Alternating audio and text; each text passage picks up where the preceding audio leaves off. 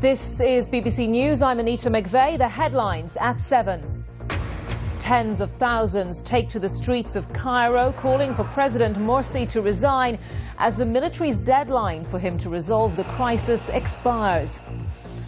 Armoured police and soldiers are deployed across the city. One presidential aide claims a coup is underway.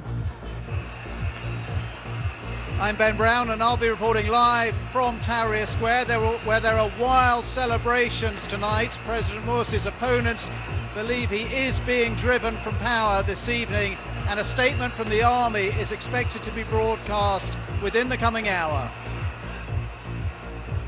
And in other news coming up in the next hour, plans that could see some non-EU nationals pay to use the NHS. They could soon face a £200 annual charge if they stay in the country for 6 months.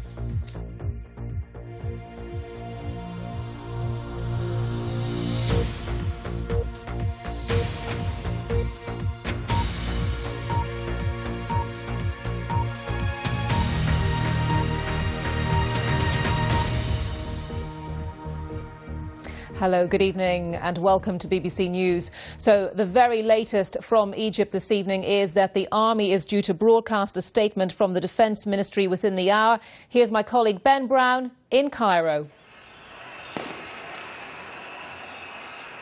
Yes, good evening from Cairo, where there are wild celebrations here in Tahrir Square. This has been the focal point for demonstrations against President Morsi, and the people here have been delighted by the ultimatum that the armed forces gave to Mr. Morsi, a 48-hour ultimatum. When that deadline expired, these people behind me went wild. They saw army helicopters flying overhead, they cheered, they lit fireworks, and they blew their trumpets because they believe that Mr. Morsi is being driven from power, even though he was only elected to office 1 year ago. Now, the army have said that within the coming hour they will broadcast a televised statement from the Defence Ministry. It is expected that they will there set out what they have called their roadmap for the transition from Mr. Morsi. As for him and his supporters, well, we know that the travel ban has been imposed upon them. In other words, they cannot leave Egypt. That's Mr. Morsi and about 40 of his senior leadership that travel ban apparently applies to. Well, in terms of other developments, we know that troops and armoured personnel vehicles belonging to the army are out in large numbers on the streets of Cairo this evening. Let's get this report now from my colleague Ali Makboul. The army gave President Morsi till now to sort things out. Otherwise, it said it was stepping in. It's what millions have been asking for. Well, all of Egypt was holding its breath for the moment that army deadline passed. Well, it has now. And here in Tahrir Square, the celebrations have begun of people who think that means the end of President Morsi. But what does happen now? At the Egyptian State TV building, army officers told all but essential staff to leave. Military officials are now reported to be supervising transmission. الدستور لا يملك أحد الحق على الإطلاق. No one has the authority to intervene in the constitution, either by what they say or by force, God forbid.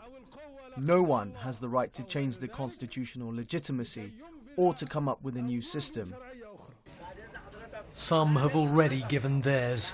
This is just outside Cairo University, where supporters of President Morsi have been gathering in recent days, but their blood now stains the banners. Mobile phone footage shows frightening scenes of the rally there being attacked during the night. Islamists attending say the police watched without intervening as people were gunned down. Hossam al-Sharkawi, supporter of the president, was here. But if he is forced to step down, what do you think the reaction is going to be? We will not leave the streets. We will die on the streets. Anyone that wants to come to kill us, then he can come. I decided also to die. We are all people here are ready to die for this, for the country, for the choice of the people. And the Islamists' warning of revenge and jihad if Morsi goes are starting to be taken very seriously. The main threat is falling into civil war, not between the opposers and the partisans, in parentheses, the Muslim movements, but I'm afraid of those stubborn, insistent Muslim fundamentalists are going to clash and fight the army. This would be very dangerous. It hasn't stopped the partying in Tahrir Square of those opposed to President Morsi, but make no mistake, Egypt has got very troubled times to come, and every move made in the coming hours will have huge ramifications. Aleem Makboul, BBC News in Cairo.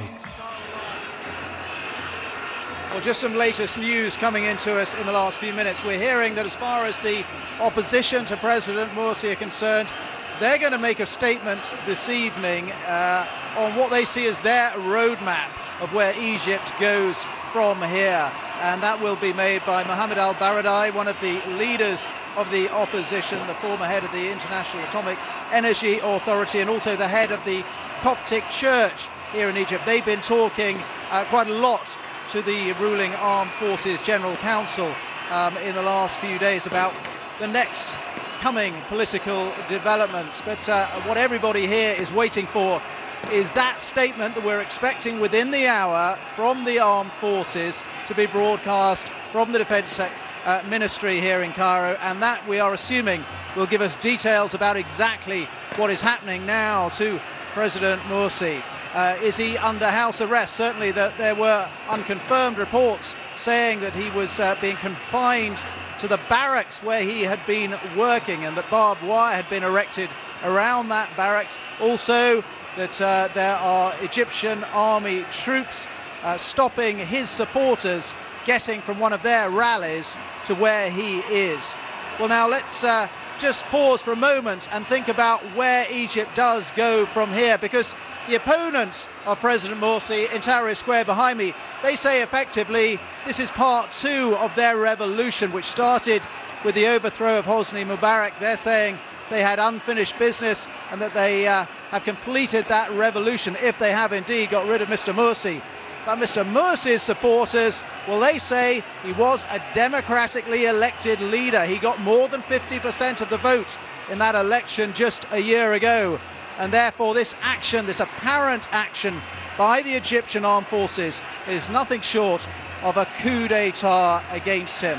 What does that mean for democracy in this country in the years ahead? Well, our diplomatic correspondent James Robbins now reports. The crisis in Egypt is certainly not confined to Cairo. Running battles between political rivals in the second city, Alexandria, are another sign of a country torn apart by radically different visions of Egypt's future. So what do the protesters want to see?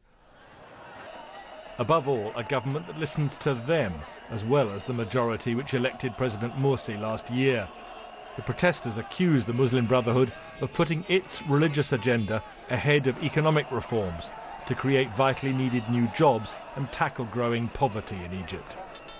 We don't think that God should be involved in this political dispute at all. We want to run our country for the sake of our people, for social justice, to meet their basic needs, education, housing, these kinds of issues that we need, and not a religious war between believers and non-believers. So how does the Muslim Brotherhood respond? Above all, President Morsi's supporters want an Islamic state, for example, reducing, not extending, women's rights in Egypt. They accuse protesters of undermining democracy after losing the elections and of judging the government after only a year in office. My main fear is to go back to a military state. The military should not be part of the political scene. The military should be concerned with the borders and the safety and security of the nation of Egypt, but should not be part of the political scene. But now it is Egypt's army dictating events. The generals are alarmed by the turmoil.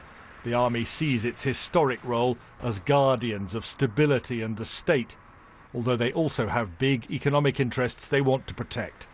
The army's intervention now is very risky. I think there is a potential for severe bloodshed. I just hope that something can be found to keep talks alive, so we don't descend into the kind of awful civil war they had in Algeria, or that they're having in Syria at the moment. What most Egyptians clearly crave is an end to violence and a return to some sort of normality. But for now, Egypt confronts real uncertainty about the way forward. James Robbins, BBC News.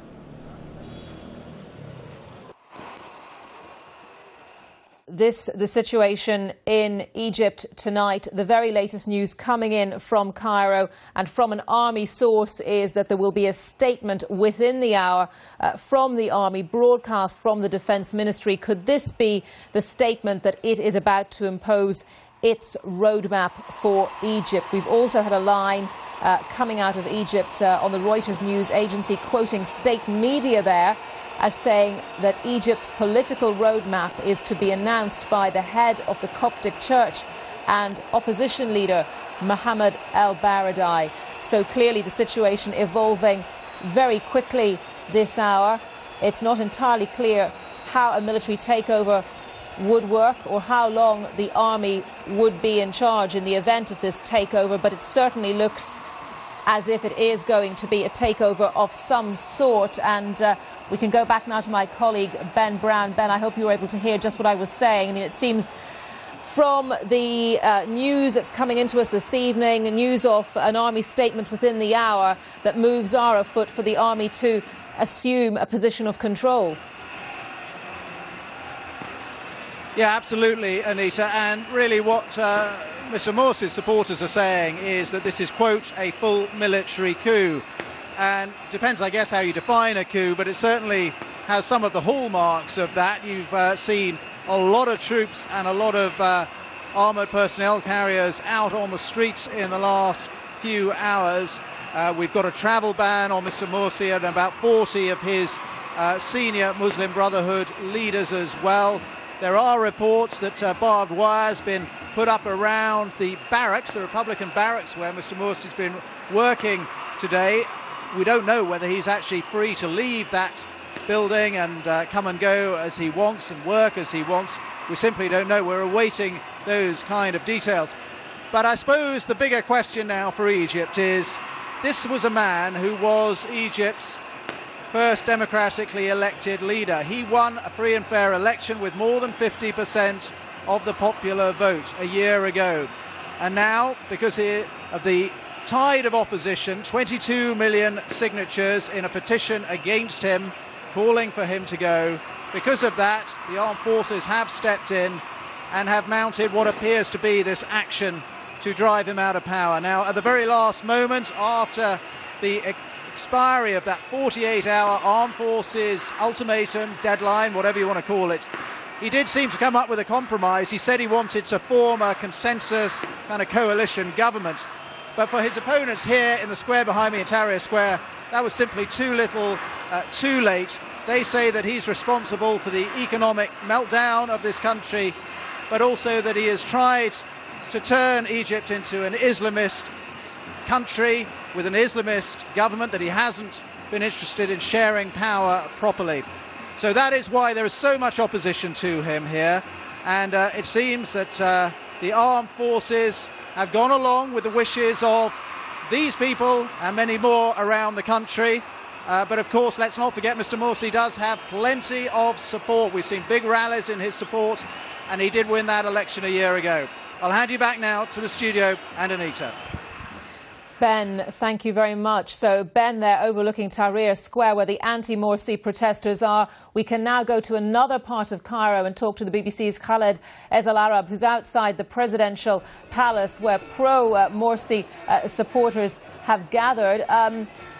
Tell us about the latest there, because presumably the news that's been filtering through to Tahrir Square has also filtered through to there as well. Yes, indeed. Well, you would expect things to be tense at these moments, but they're not. They're jubilant. These are opponents of President Morsi, gathered in front of the presidential palace since Sunday, and they're waiting for the statement by the military, of course, but they're almost certain that it will announce the removal of President Morsi, which they have been calling for. In so many ways, it is reminiscent of that night in February 2011, when they gathered here as well, celebrating with fireworks, with chants, with songs. But Obviously, a big difference is that just 4 miles down this road, another large group of protesters is gathered, this time in support of President Morsi. The streets have been sealed off between these people here and the pro-Morsi crowd by the military, and the feelings there are quite different than they are here. OK, Khaled, thank you very much. Khaled Ezel Arab there outside the presidential palace in Cairo. We'll be back with much more on Egypt later, but let's... Now, people from outside the European Union could be charged to use the NHS in order to tackle so-called health tourism. The government wants those with visas of 6 months or more to pay a health service fee of around £200 a year. Doctors have described the plans as unfair. Our home editor, Mark Easton, has been to Luton to gauge reaction to the idea.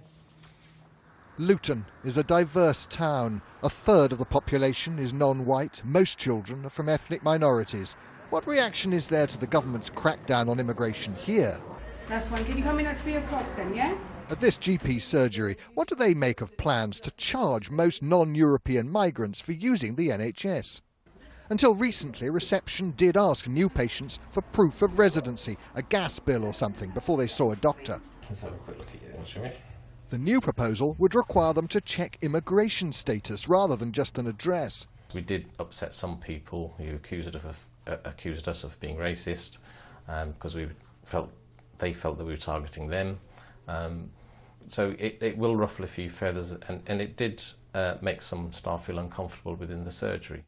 At the moment, the NHS provides free care to anyone who has ordinary residence here. Under the proposals, that will only apply to non-EU nationals who've been granted indefinite leave to remain. Otherwise, they'll be obliged to pay £200 before they come for each year on their visa. In the centre of Luton today, there was broad agreement for the idea. Well, nothing is for free, is it?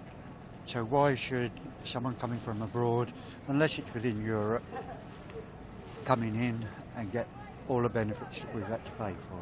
In my country, you have to pay for everything, for prescription, for healthcare, for everything. So That's in Poland? Yes. So I think maybe everywhere have to be like... I'm not being horrible, but I think we've got too many people here. You need to be able to look after your own before you can look after others. The Health Secretary for England, Jeremy Hunt, says there is a principle involved here. Foreigners should not be allowed to abuse our public services. The problem with that simple aim, though, is that it may result in unintended and negative consequences.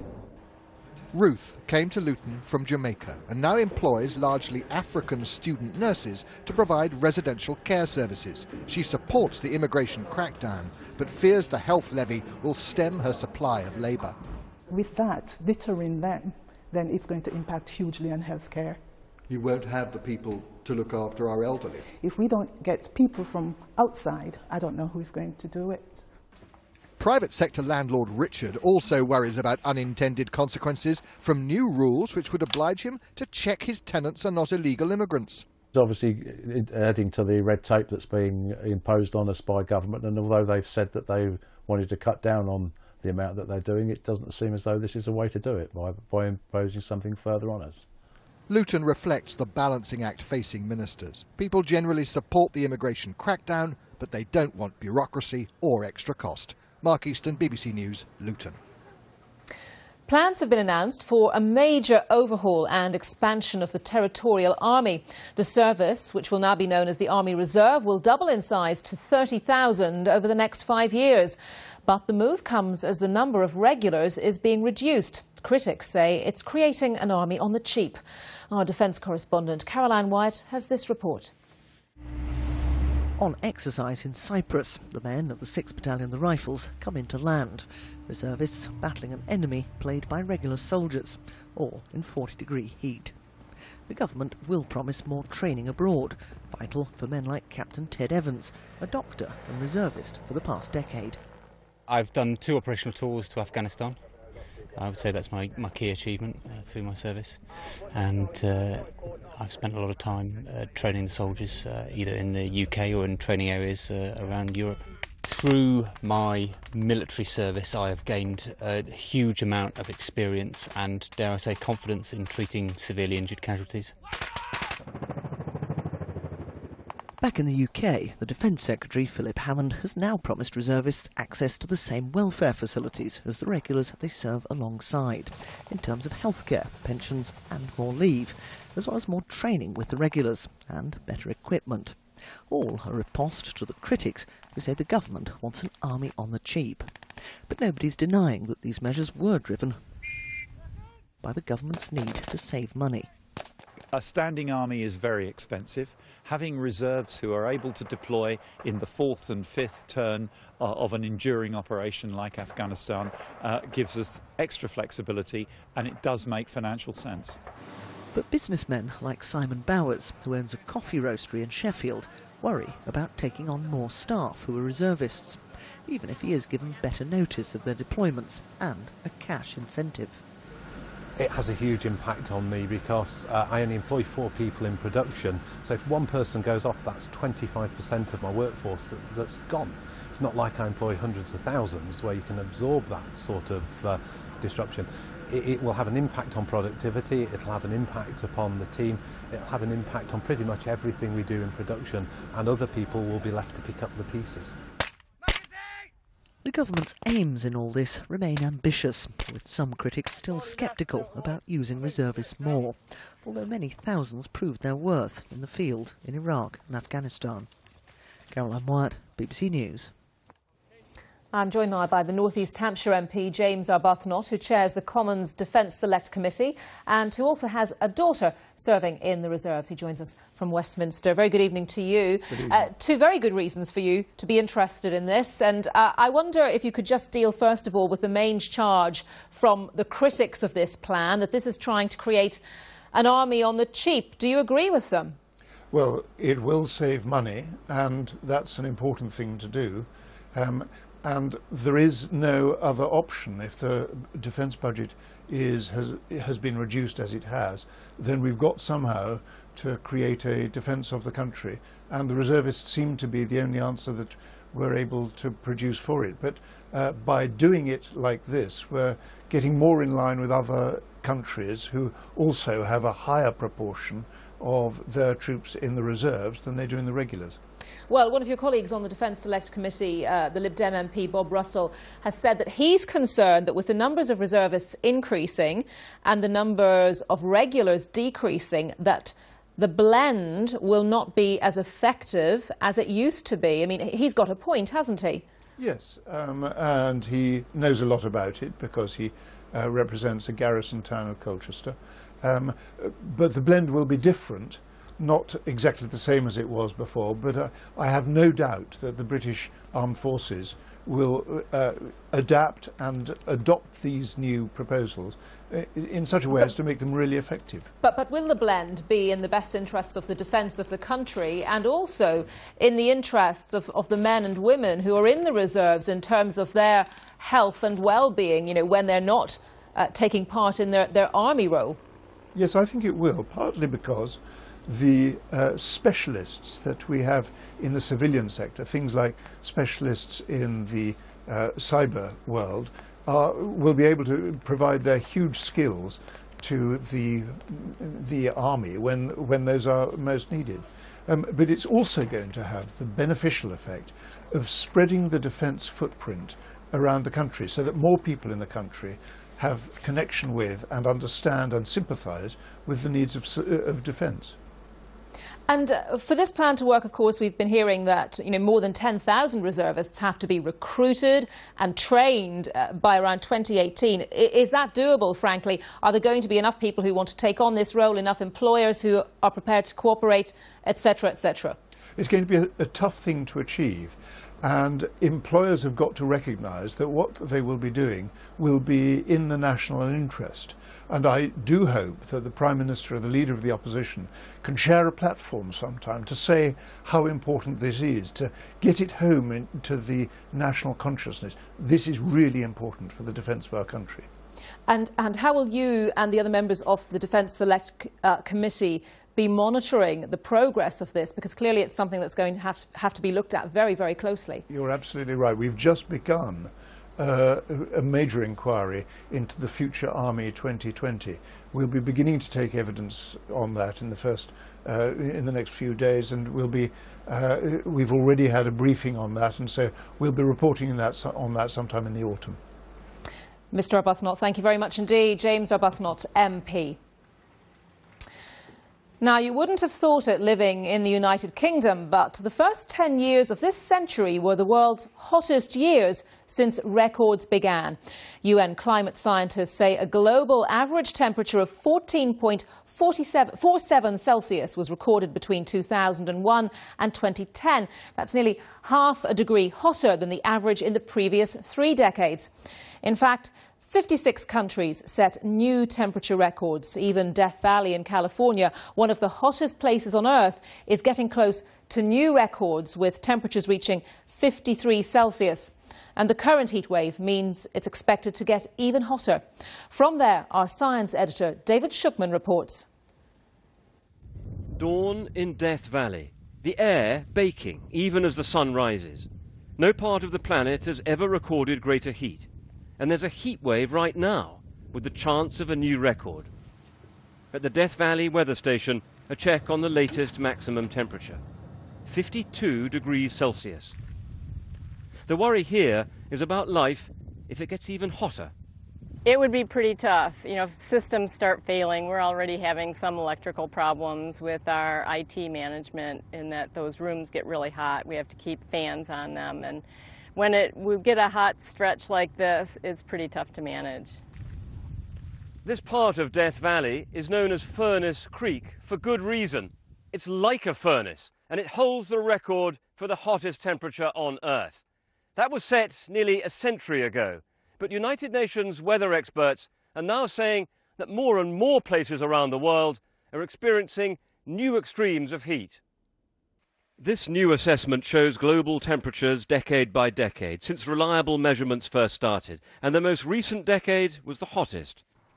Today in Geneva, the World Meteorological Organization called it a decade of extremes. It's not just isolated. 94% of the countries experienced their warmest decade in this 2001-2010 period. The report says heat waves, like the one that gripped Russia 3 years ago, are now killing more people. But it also says flooding, such as in Pakistan in 2010, is claiming fewer lives because of better early warning. Still, scientists say the climate is changing. Whatever the cause of those changes, we are living in a different world, and consequently we have to take actions and we have to develop policies that are going to address being in this different world than what we had in place, say, 100 years ago. The notorious heat draws tourists from all over the world. Globally, the rise in average temperatures has stalled, but it's extremes that matter, and this place may soon experience a new one. David Shukman, BBC News in Death Valley. Well, an apt moment to take a look at our weather forecast. Here's Matt Taylor.